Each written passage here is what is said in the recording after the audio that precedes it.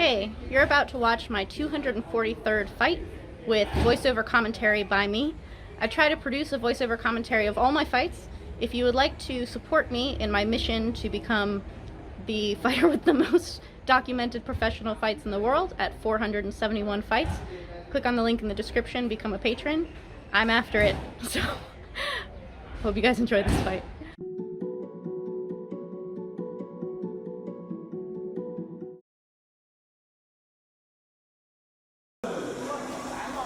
This is Thaphae Stadium in Chiang Mai, and the man with his back to us is the legend Dieselnoi, king of knees, Mr. Sky-piercing knees.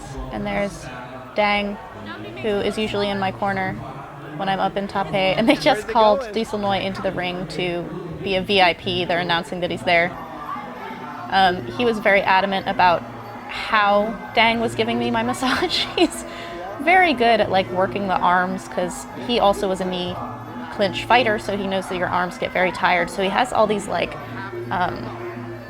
is the word in English? There are lines, nerves along your arm that he massages really deeply. Karahat was also up there for this fight. I have some awesome video that you guys should definitely look for of Karahat and Dieselnoi in the car on the road trip on the way up. Turns out Dieselnoi loves disco, which I didn't know and wouldn't have guessed in a million years. But it's very cool to road trip up with the two of them for this fight. That's Palmy on the table over there on the left getting ready. There's Karahat.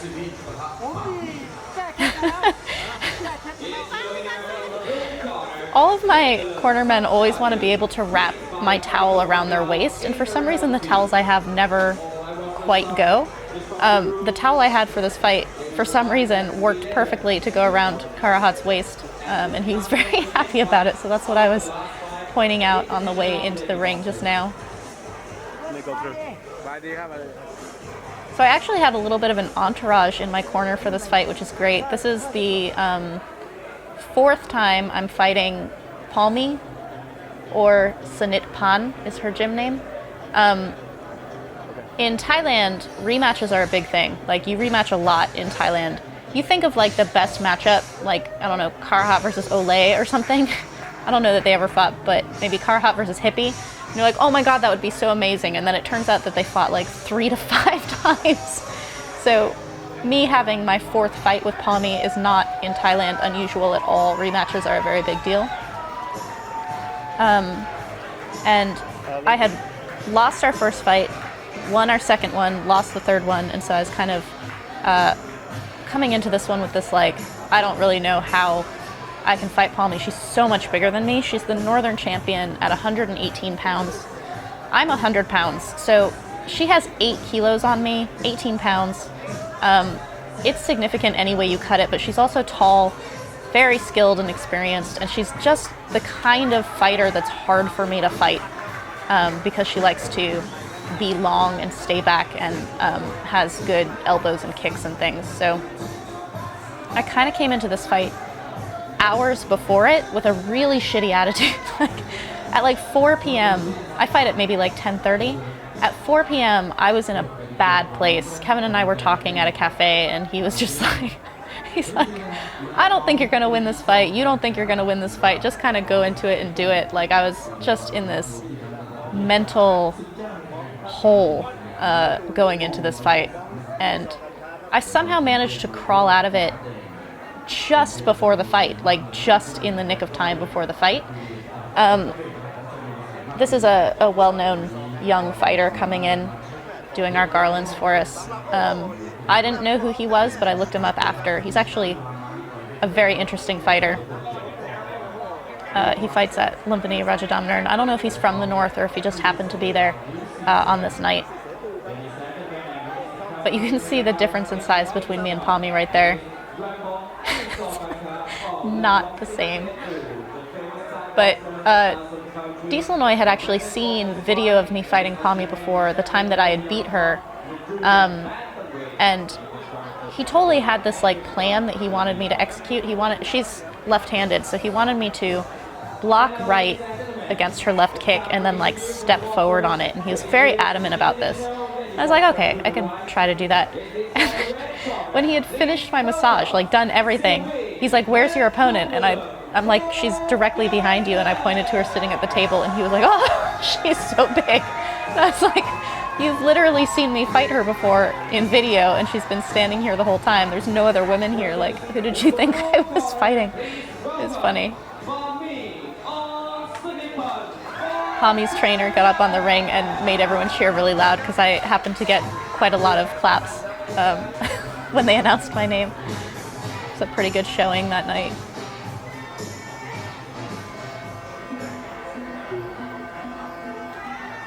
So I've mentioned in other voiceovers for other fights that when I go bow to my corner before I start, that's when I kind of can tell how centered I am. I was not centered as this fight was starting. Like, I realized after I got up off of the ground that I had not thought about the people that I think about when I do that. And I think that catching myself, like becoming aware of my unawareness at that moment, maybe helped me a great deal to like become more centered going into this fight. Like catching that my mind was not in the right spot at that moment. And I'm not super kind of person who has to do the same things or like wear my lucky underwear or like whatever the thing is that people get very superstitious about their fights and having to have things be the same. It's not quite like that, but because I've fought so many times and because there is a repetition to nearly everything I do, being able to catch a change like that came out of nowhere is very telling. It's the kind of awareness that I think I've been working really hard on to have in my training, using my Vipassana meditation every morning to like just become more aware of everything that's going on, observing my brain and my body with a kind of like separation. And I think that that moment was like that. Kevin's announcing that Sao Sing is watching, which is very exciting. I love Sao Sing. She's probably my favorite female fighter and a friend of mine, so the fact that she was watching my fight makes me very happy. The ringside photographer got a really nice shot of me doing this part of my Ram Muay that I added. It's the Rahu eating the sun part. He got a really cool photo of that I put up. It's on my Instagram if you guys are interested in seeing that.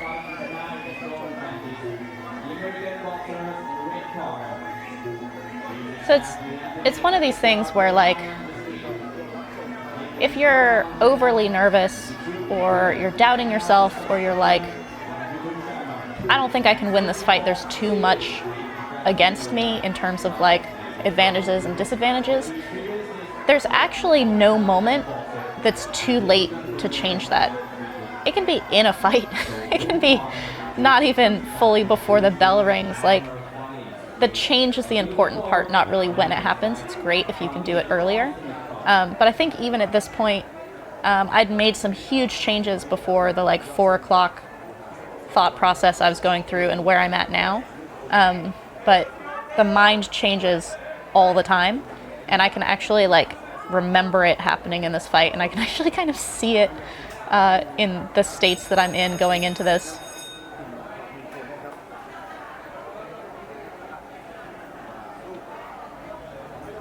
There's a little bit of a like, I don't know what you would call it, pissing contest type of thing that happens in Thailand with being the person who takes more time to come out of your corner. It's like, you're gonna wait for me kind of thing. It's a little bit of a muscle flex.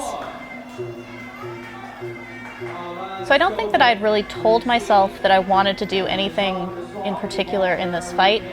I've had things before where I'm like, I'm gonna teep, or I'm gonna try to land kicks or any kind of particular knees or something. I probably had things that I'd been working on in my training that I wanted to bring into it, but I don't remember thinking about them as a like, make sure you do this, make sure you stay close kind of thing, which has been my strategy against her previously. But look at the difference in our styles. This is why she's so frustrating. She's really long, and she uses her length really well. she just keeps that front hand in your face all the time, and it's like this total sleight of hand trick. I went so far off of that teep. I liked the way that I walked back. That actually might have helped with my mental state, is the way I chose to come back off of that. The fact that I laughed in a fight where I was so stressed going into it is a sign of all the mental training I've been doing in my regular training. If you guys watch my mental training vlogs, I talk about the importance of laughing and letting go of things in training, and you're seeing that in this fight. So there I'm bringing up my back leg with this forward check. I'm at least thinking about what Dieselnoi was telling me to do. I'm kind of trying to distract her with it rather than actually blocking with it because she's not kicking. She kicks pretty hard, Palmy. She like face teeped me a couple of times. Not my favorite. Oh, look at our size difference there. Jeebus. But my guard's up for those head kicks. Girls love to try to kick me in the head, and my guard looks relaxed and like in the right spot. It's not really flinchy, which makes me happy. You have to go left. So Kevin's coming over to tell me that I have to go left. This is especially the case against southpaw fighters, but I tend to drift to the right anyway. I don't know why I do it. I suspect it's because I like think that I have to move towards my own power, like it's a weird mental association. Dieselnoi is yelling at me because I'm kicking left. I'm kicking left because I train using my front leg to annoy all the time. And then when I switch stance, I'm using my left leg. So I actually use my left leg all the time in training. It's useless against a southpaw fighter because you're guard to guard against each other. So your left side is kicking their closed side. The advantage for both a southpaw and an orthodox when you're fighting switch stance is that your power side is going into their open side. That's the advantage for both of you. So Dieselnoi is like, what the hell are you kicking with your left leg for? Kick right, she's southpaw. I'm like, good advice, but I'm not even aware of kicking that much at all. Like I'm not focused on it or aware of it. I guess I'm talking about awareness rather than focus in this fight. My awareness was good in this fight, but I don't think I had particular foci.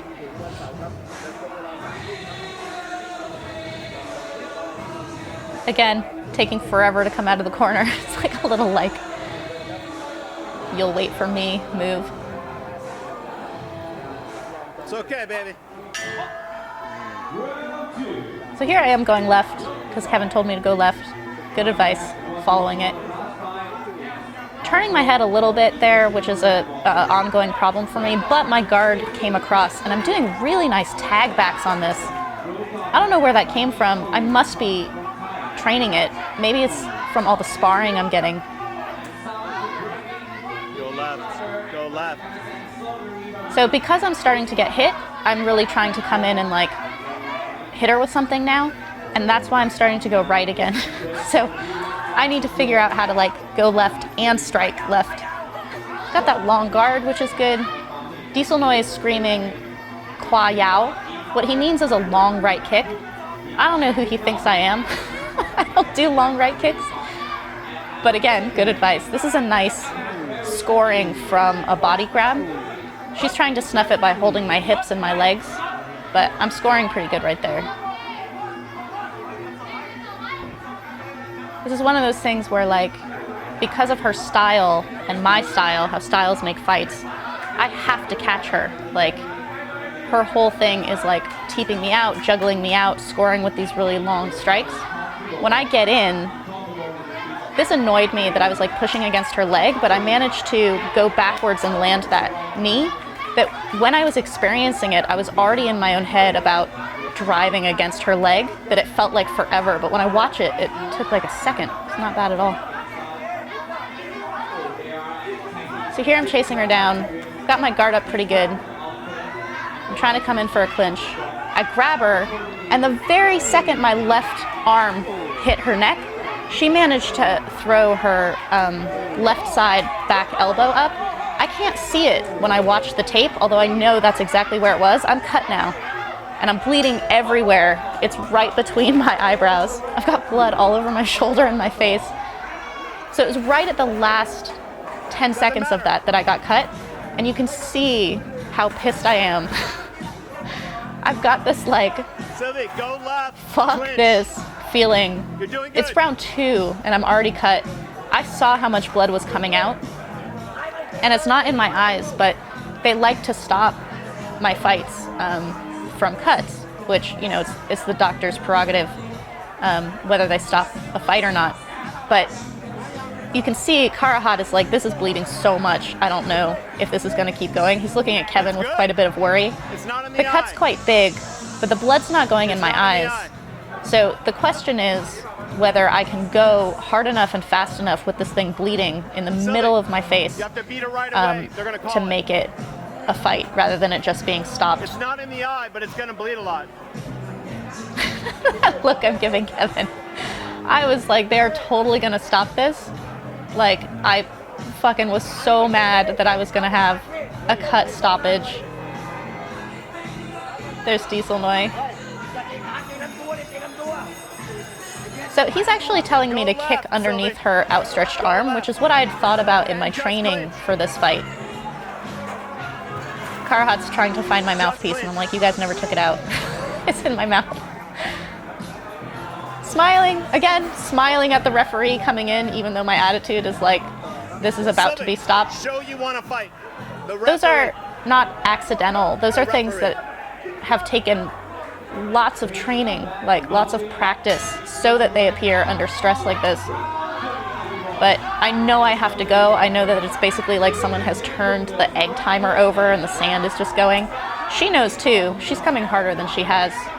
It's round 3, so it makes sense to come harder, but she's basically trying to make this cut a stoppage as quickly as possible.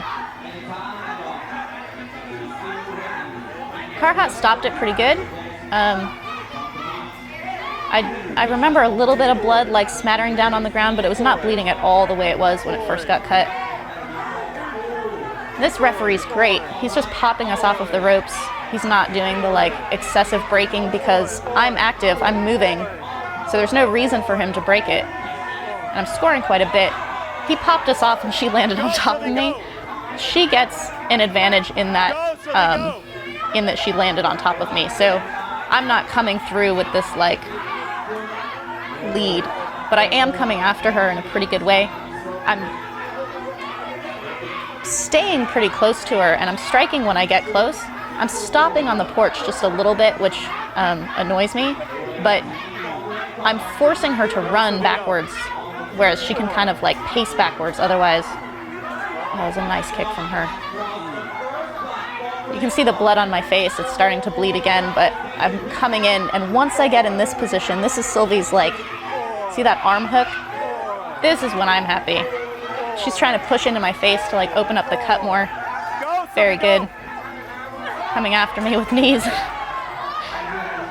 She's not fucking around. This is like, this is an intense round. Because of my cut, this is a very intense round. There's a break because we're like side to side. We got kind of like caught together. You can hear her side actually. All of the people in her corner are yelling much louder than mine is. Oh, those are good. So, given the cut, given what changes needed to take place in order for this fight to not be the way it looked on my face going into the corner between rounds 2 and 3. And look at Karahat. He's like telling Kevin, good, good, good. Like, this is okay. We can deal with this. So I kind of like woke up. Dieselnoi's awake. Dieselnoi's ready for this to get going. Sylvie, keep taking her off the rope. It's killing her. So Kevin's telling me to pull her off the rope because I can stay in the clinch longer, in space. It's much easier for me to score and control her, whereas if she kind of like leans into the ropes, she can just use her size against me to kind of stymie it and have the ref come and save her. But I'm hearing everybody. I have 2 legends telling me what to do. Dang is telling me to keep my hands up. Good advice. But I'm pretty like calm, Don't I let guess. her rest, baby. I was in a very different state between the last round, the second round and the third round, and then I think going into this one I feel like I just need to keep up with what I just did. The question is whether I can. Her fitness was good in this fight. Like, she was not super tired. It was not one of these, like, if I just keep pushing her, she's going to be exhausted. I could see in her corner she was in a good Go left, fitness baby, state. go left.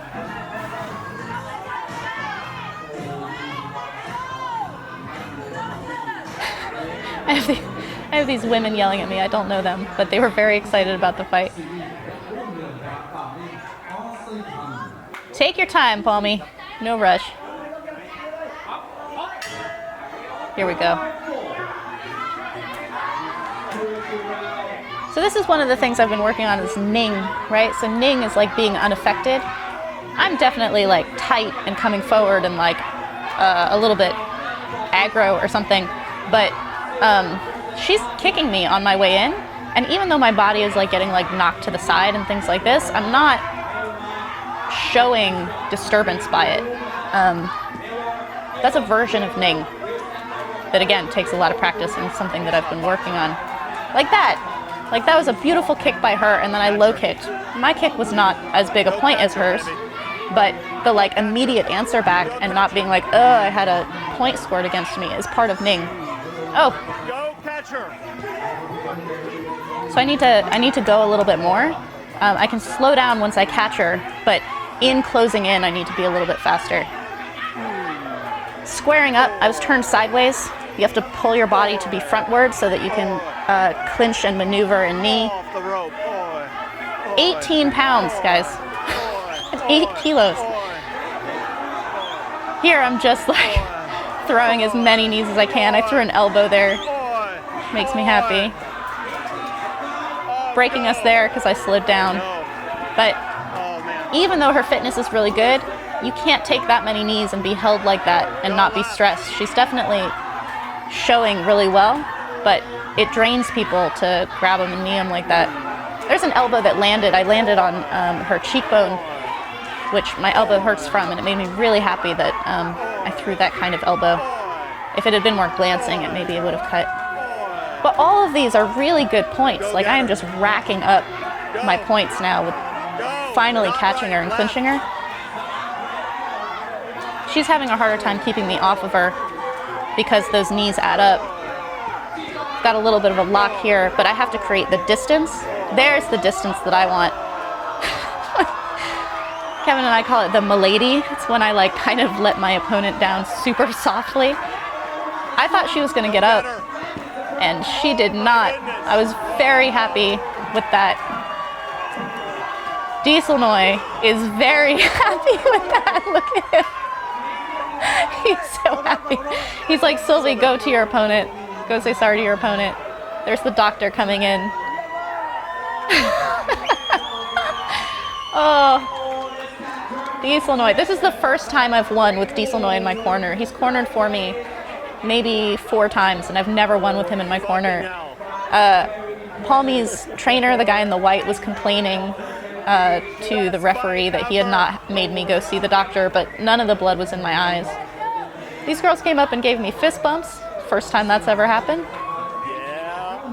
Carhot's like, that's right, that's what happens when we let Sylvie keep going. This guy in the pink shirt on the right live streamed the fight. He does kind of like Muay Thai coverage for the North. I'm trying to get them to grab my Moncon, and they're trying to get me to go get stitches. Priorities. I don't really care about the cut so much anymore. I was pissed off in round 2, but now I'm fine. Kevin's very excited. There's the doctor making his way over. Kevin does the live stream as well as filming with the camera, so he's talking to people on the live stream, explaining who Palmy is. These are the people who do the announcements during the fights.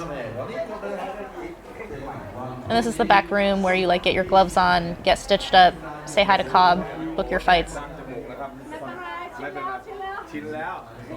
So there's this joke up at Thaphae, which is one that I created, which is if there's no cut, it's not Sylvie. And there's a photographer who likes to shout this to me every time I get cut. I'm pulling like gallons of blood out of my nose. I have so much blood inside my nose. No. I'm taking a picture of your cut. So Kevin's trying to get me to stay still so that he can take a photo of my cut, but he's actually not taking photos, he's filming. It's so that he can grab it out of the video. So I'm explaining what Dieselnoi was upset about, because even though I won and he hugged me and he loves me, he is currently complaining about how I was left kicking. There he is. He's like, what the hell are you doing with your left kick? Post-fight breakdown. He had these oils that he was putting on his hands and then putting in front of my face so that I could smell them. Smelling oils are like, it's a little bit like Namman Moi, but milder, and it just opens up your breathing. Like it's very nice for if you have a cold, it's great. But even just in a fight, when you really need to breathe, you'll see like Pinu will put it on his hands in the corner, and between rounds he'll like put it up to the fighter's face. Sylvie's not in a bad mood, so she's totally letting people help her take her hand wraps off. When I'm in a shitty mood, I'm like, I'm gonna do it myself, because I'm a brat, basically. It's not that bad. It's not even bleeding that much. Very sweet. Dang. Dang's the best. Karahat was like, the referees were not breaking you unnecessarily as they sometimes do. Dieselnoi was talking about how the knees were going, but they were all ineffective until I put my hips back and then landed a knee, and he was like, that made him happy that he has this like stepping behind his own foot and throwing the knee. You guys, people in the golden age must have been so incredibly strong to have not just been knocked out by Dieselnoi all the time. She have 200. Pinoy is guessing that I'm going to get 6 stitches. It ended up being 8, but Price is Right rules. Very close. Didn't go over. The guess is 6 stitches. We'll see if that's what happens. Yeah. So it brings my total to 211 stitches. There's PA in the red shirt. I've known her for a very long time. She's a wonderful woman and comes and supports me sometimes in Chiang Mai. These girls were very excited, and Karahat saw that there were people waiting for me, and so he made me come out and take photos before getting stitched. So I'm like, okay, so we like go out to this area where most of the photos are taken, and there's like nobody there. I'm like, Karahat, why did you make me come take photos if nobody wants photos? But they came a little bit later. I think they didn't know that this is where people generally take pictures. Pinoy was very excited for this. He corners for me quite often as like a second to Pidang. He says that when he sees that I'm fighting at Thaphae, he comes down, which is very nice. He just does it because he likes it. So much blood in my nose. Nice. You dug down deep. Stop You kept her off the picking rope. at it. Like you dragged her in. You made long clinches.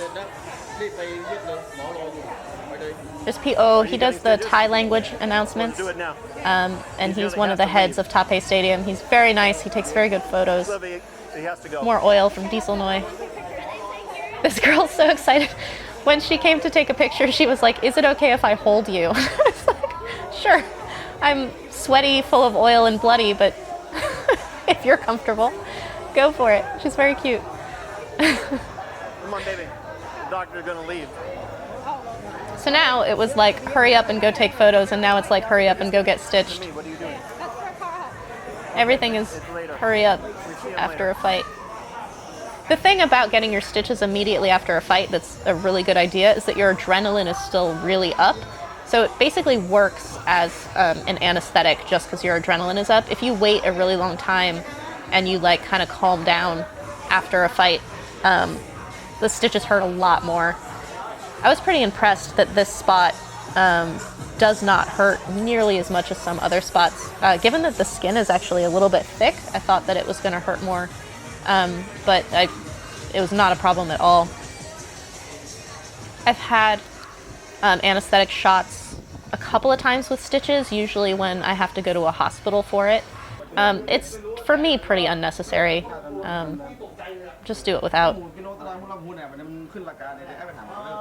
I like this doctor. He's very steady.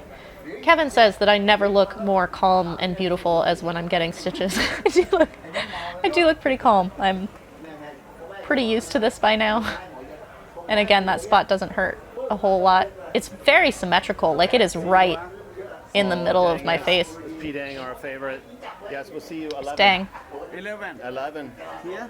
Yes. Dang thinks... Same Uh-oh. channel. No, we're talking about when my next fight is. See you, huh? พรุ่งนี้ต้องรีบไปเพราะว่าพี่โดยไปสองประเภท คุณรอที่แก ขอฟังหน่อยนะ